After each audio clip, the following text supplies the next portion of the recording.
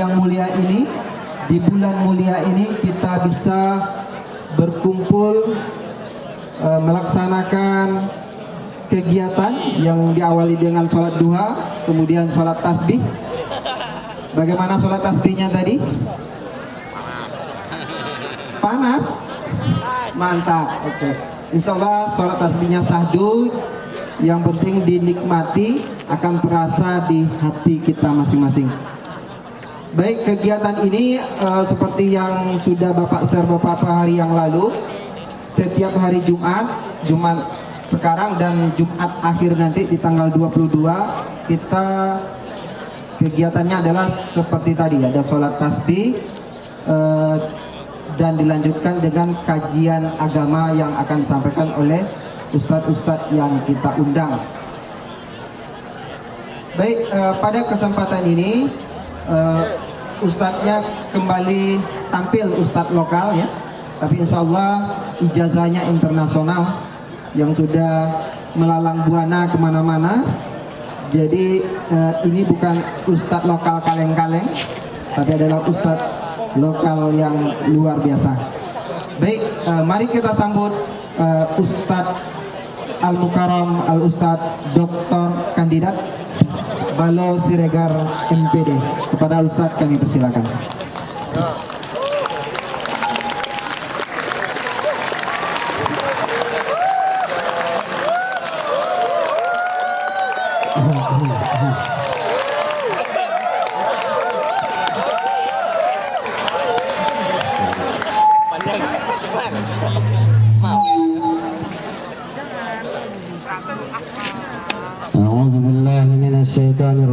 Bismillahirrahmanirrahim.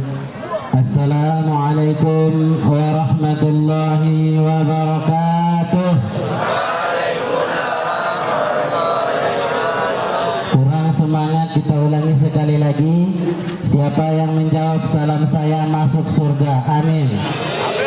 Assalamualaikum warahmatullahi wabarakatuh.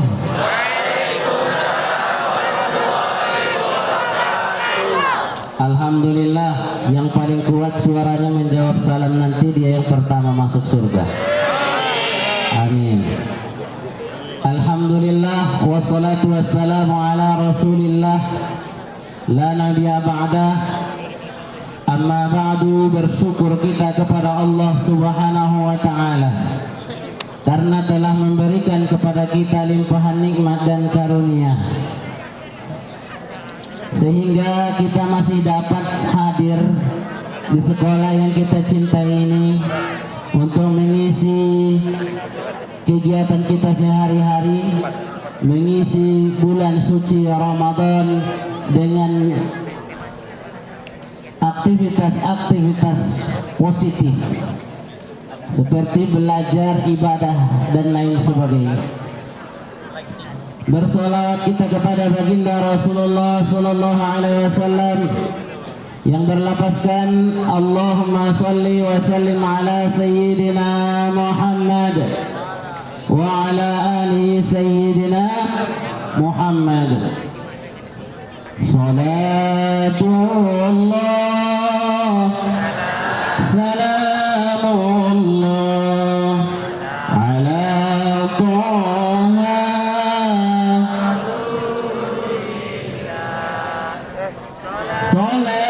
Salatullah salamullah ala Yasin.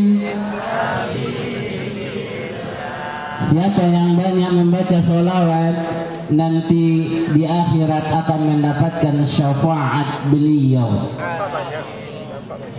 Apa arti syafaat di sini? Ketika itu al-yauma la yanfa'u malun wala banun illa man atallaha biqalbin salim. Hari itu tak berguna harta, tak berguna pangkat, jabatan, kecuali hati yang sejahtera dan pertolongan Rasulullah sallallahu alaihi wasallam, di mana hak ini hanya diberikan kepada Nabi kita Nabi Muhammad sallallahu alaihi wasallam. Dan beruntunglah kita menjadi umat Nabi Muhammad sallallahu alaihi wasallam. Bapak Ibu,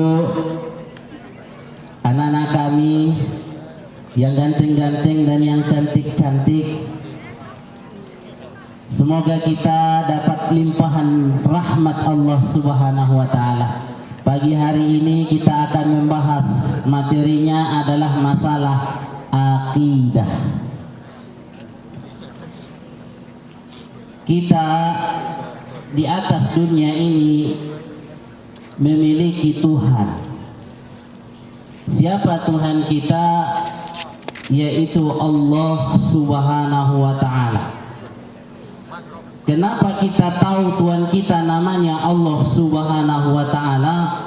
Dikasih tahu Ustadz? Bukan. Siapa yang ngasih tahu itu namanya? Dia sendiri. Innani anallah la ilaha illa ana fa'buduni wa aqimus sholata li dzikri. Artinya apa? Sesungguhnya saya ini Allah, katanya. Tiada Tuhan selain aku, kata Allah. Maka sembahlah aku dan dirikanlah sholat untuk mengingatku. Lalu Pak Ustadz, saya sudah berusia 16 tahun, 17 tahun, tak pernah berjumpa dengan Allah Subhanahu wa ta'ala. Kalau benar dia ada, tentu harus menunjukkan eksistensinya, kata orang ateis. Mereka itu tidak percaya kepada adanya Tuhan karena tak nampak. Sesungguhnya mereka itu mendustakan pikiran mereka sendiri.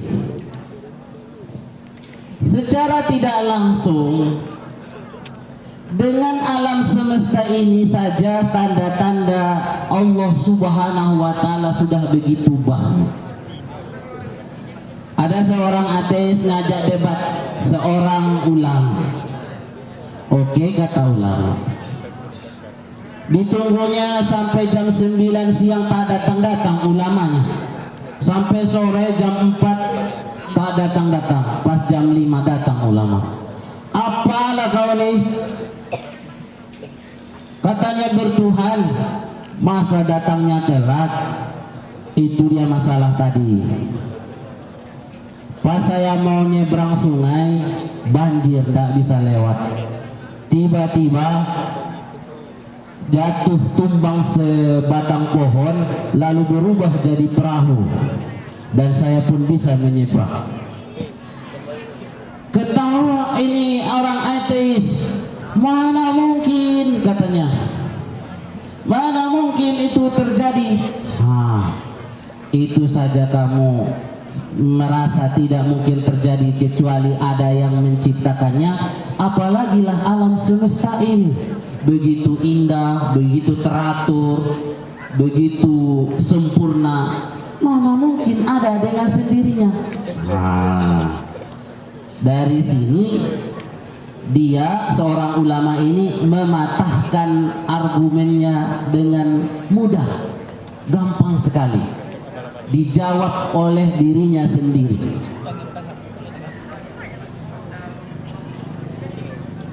Bapak, Ibu, Saudara, kaum muslimin dan muslimat, soimin dan soimat, anaknya Pak Mamat yang saya hormati.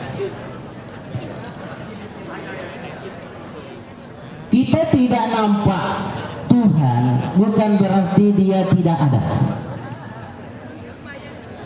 Ada seorang profesor, kata dia juga nggak ada Tuhan tuh. Kata anak tuh, Bapak profesor, Bapak punya penelitian ya, banyak punya pikiran ya. Di mana pikiran Bapak? Udah pernah Bapak lihat pikiran Bapak? Belum. Berarti Bapak tak punya pikiran atau Bapak tak punya otak, katanya. Tidak nampak bukan berarti tidak ada. Pertanyaan lagi, apakah ada ruh di dalam jasad kita? Saya tanya kembali, apakah ada ruh di dalam jasad kita? Kalau tidak ada, itu kalian tidak akan sampai ke sini. Karena kita terdiri dari dua unsur, jasmani dan rohani, yaitu ruh. Pernahkah kita melihat ruh kita? Tidak pernah. Apakah ruh itu di otak? Tidak. Ada orang otaknya udah tinggal setengah masih hidup di Jepang. Ada orang kalau katanya ruh di kaki, ada orang tak punya kaki masih hidup. Kalau di tangan katanya ada orang tak punya tangan masih hidup. Pasti di jantung Pak Ustaz.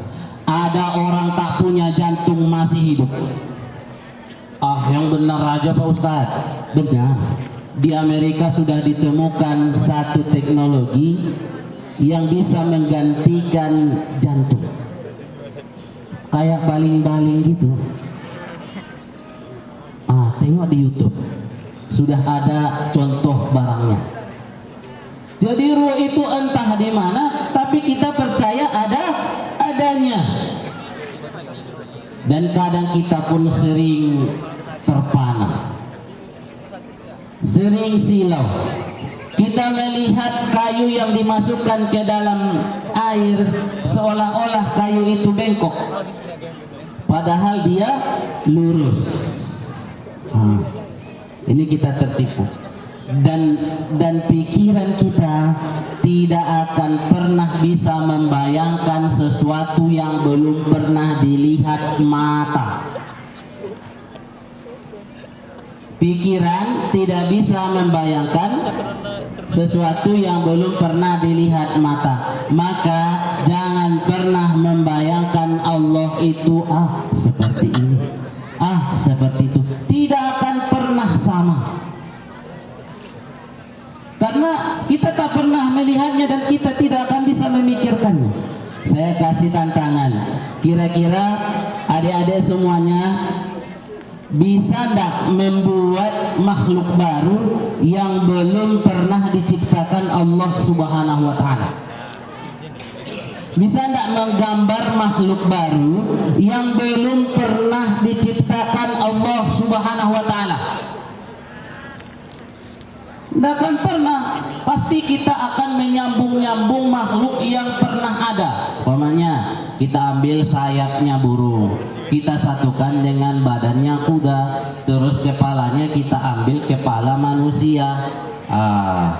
Kita ambil ekornya ekor kerbau. Iya, macam-macam. Pasti seperti itu. Ya. Jadi Allah Subhanahu wa Ta'ala laisa kamitslihi syai'un. Syarat pertama untuk menjadi Tuhan, tidak boleh sama dengan makhluknya. Mukhalafatul lil hawadis. Apa dalilnya? Mungkin anak-anak kami hafal itu. Walam yakul lahu kufuwan ahad. Tidak ada satupun yang sama dengannya. Karena memang Allah itu Esa. Apa arti Esa di sini? Satu. Tak ada yang lain. Tiada Tuhan selain Allah. La ilaha illallah. Tiada Tuhan selain Allah Subhanahu wa Ta'ala. Allah Subhanahu wa Ta'ala memiliki sifat 20. Sebenarnya banyak lagi. Asma'nya ada 99. Itu yang harus kita ketahui. Tapi itu belum semuanya. Masih ada lagi yang lain. Wujud kidam baqa mukhalafatul lil hawadisi hiyamuhu binafsihi wahdaniyat kudrat iradat ilmun hayat sama basar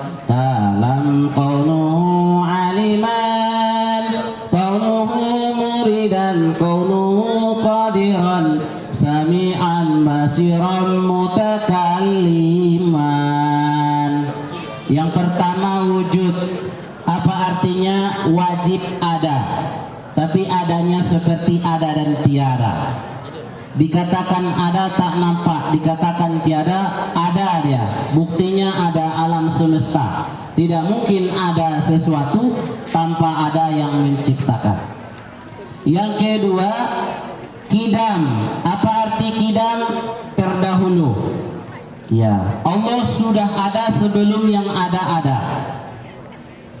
Jadi belum ada yang ada, Allah tuh sudah ada. Di mana dia berada? Tidak tahu, karena yang ada belum ada waktu itu. Allah tidak berhajat kepada tempat dan waktu. Jadi Allah Subhanahu wa taala tidak memiliki usia. Karena sebelum matahari ada, Allah sudah ada. Karena usia itu dihitung berdasarkan matahari.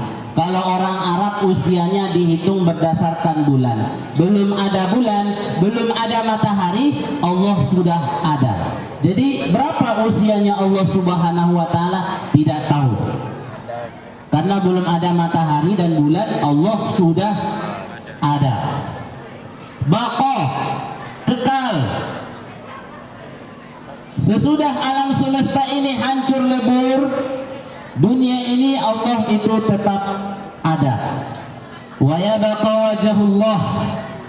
Allah itu kekal selama-lamanya. Kullu syai'in khaliqun wa yabqa wajhullah. Setiap sesuatu itu akan hancur binasa, tapi Allah Subhanahu wa taala kekal selama-lamanya. Pada saat kiamat terjadi, semua alam semesta ini kecuali yang diizinkan Allah mati semua, hancur. Makhluk yang bernyawa mati semua sampai malaikat maut pun mati. Tapi Allah Subhanahu wa taala tidak mati. Hayyul la yamut. Allahu la ilaha illa huwal hayyul qayyum. La ta'khudhuhu sinatun wa la nawm. Lahu ma fis samawati wa ma fil ard. Man dhal ladhi yashfa'u 'indahu illa bi'idhnihi. Ya'lamu ma bayna aydihim wa ma khalfahum. Wa la yuhituna bi shay'in min 'ilmihi illa bima syaa. Wasi'a kursiyyuhu as-samawati wal arda wa la ya'uduhu hifdhuhuma wa huwal 'aliyyul 'azim. Allah tiada Tuhan selain Dia. Hayyul Qayyum, hidup dan berdiri sendiri. Jadi Allah Subhanahu wa taala tidak berhajat kepada makhluknya. Sekiranya seluruh manusia kompak, tidak ada yang menyembah Allah Subhanahu wa taala, tidak akan pernah turun derajat Allah sebagai Tuhan. Dan sekiranya seluruh manusia, jin, malaikat kompak sama-sama menyembah Allah Subhanahu wa taala, tidak akan naik derajat Allah sebagai Tuhan. Belum ada makhluk, Allah Subhanahu wa taala sudah menjadi Tuhan. La ta'khudhuhu sinatun wa la naum. Allah itu tidak pernah tidur, tidak pernah lupa. Jadi pernah Nabi Musa bertanya kepada Allah, Ya Allah, bagaimana kamu memelihara alam semesta yang begitu besar ini? Maka Allah Subhanahu wa taala menyuruh Musa memegang gelas yang berisi air. Pegang Musa. Karena Allah dengan Nabi Musa bisa bercakap-cakap. Wa kallamallahu Musa taklima. Allah dan Nabi Musa bisa berbicara, ngobrol. Pegang Musa, pegang terus pagi sampai siang. Tertidur Nabi Musa. Pas tertidur langsung jatuh gelas dan pecah. dan dikatakan Allah, begitulah sekiranya saya tidur, maka alam semesta ini akan hancur lebur. Jadi Allah itu tidak pernah lupa dan tidak pernah tidur. Pak Ustaz, kok saya tak pernah didengar doanya? Belum saatnya. Allah memberikan kepada kita sesuai kebutuhan, tidak sesuai keinginan.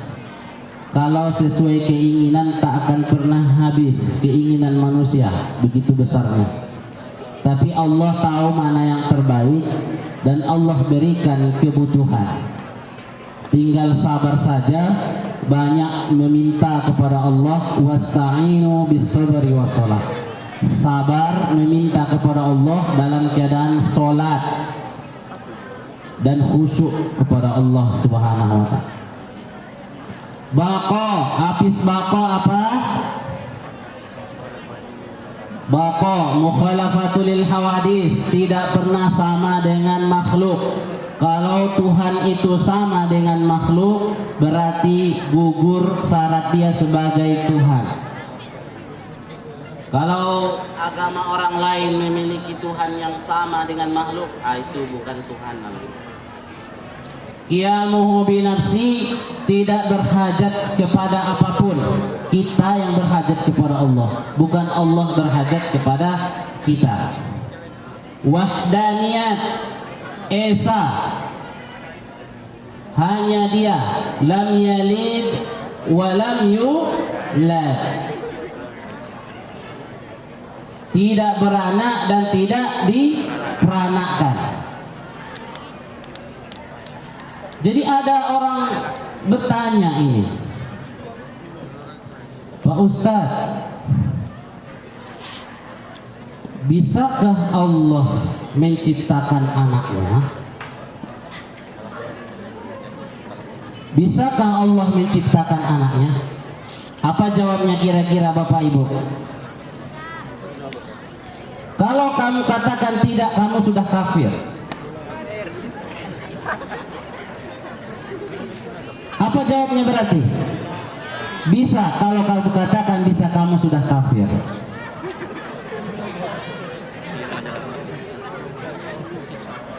Kamu harus baca syahadat, asyhadu an la ilaha illallah wa asyhadu anna muhammadar rasulullah. Karena kamu telah melemahkan Allah dan menjadikan Allah memiliki anak. Jadi apa jawabnya? Jawabnya adalah tidak ta'alluq qudrat iradat Allah kepada yang mustahil. Apa contohnya? Silet itu tajam. Silet, tahu silet? Setajam silet katanya. Tajam. Coba gunakan itu untuk menebang pohon kelapa. Bisa? Kampak itu bisa enggak menebang pohon kelapa? Kampak, tahu kampak? Atau siuso? Bisa motong pohon kelapa? Bisa? Silakan gunakan itu untuk mencukur jenggot.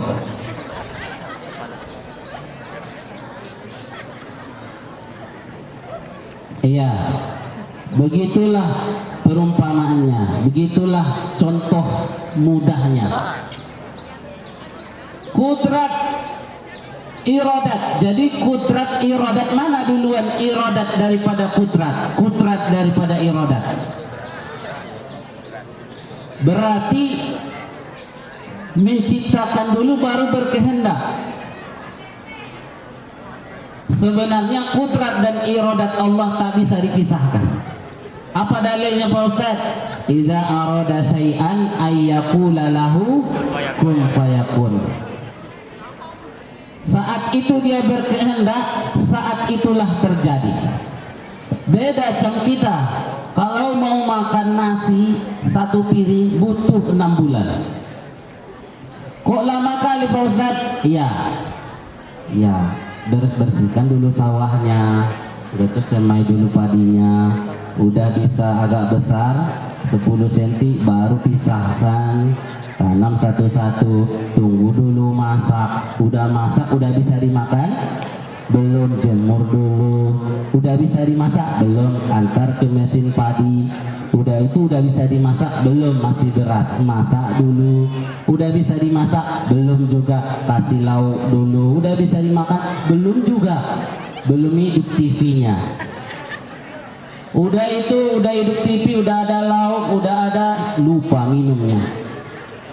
Udah lengkap semuanya, ternyata pas mau dimakan kipas belum hidup.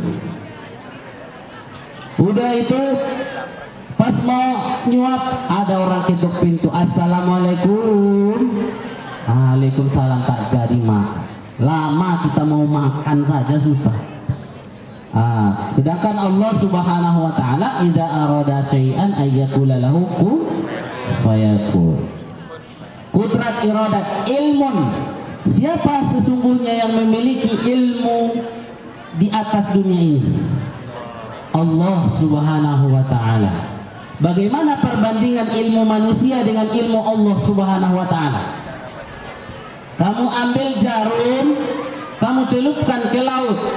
Angkat jarum tersebut, berapa air yang menempel di jarum itu, itulah ilmu seluruh manusia. Berapa air yang masih tinggal di laut itu, itulah ilmu Allah Subhanahu wa taala. Tidak terbatas dan sangat luas sekali. Apa kata para malaikat? Subhanallazi subhanaka la ilma lana illa ma 'allamtana innaka antal alimul hakim. Maha suci Engkau ya Allah, tidak ada kami mengetahui apapun kecuali apa yang Engkau ajarkan kepada kami. Innaka antal alimul hakim, sesungguhnya Engkau Maha mengetahui lagi bijaksana. Jadi kelebihan manusia dengan para malaikat itu adalah ilmu pengetahuannya. Jadi manusia memiliki berbagai macam ilmu pengetahuan, sedangkan malaikat tidak. Taunya mereka adalah ibadah kepada Allah Subhanahu wa taala. Ini udah ngantuk ini. Baca apa dulu? Nyanyi dulu. Ilahilas tulil firdausil a'la wala aqwa ala naril jahim fahabli wafir zunubi